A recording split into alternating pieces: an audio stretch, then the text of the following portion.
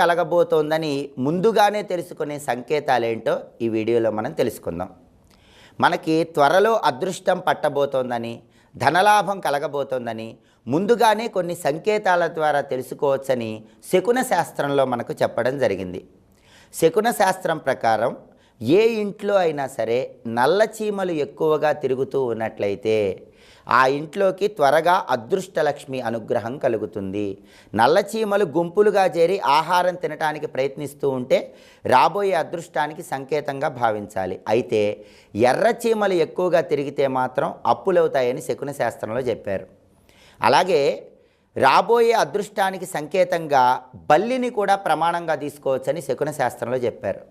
ఎవరికైనా సరే అనుకోకుండా కుడి చేతి మీద బల్లి పడితే రాబోయే ధన ఆగమనానికి సంకేతం. అలాగే కలలో బల్లి కనిపిస్తే కూడా రాబోయే ధన ఆగమనానికి, అదృష్టానికి సంకేతం.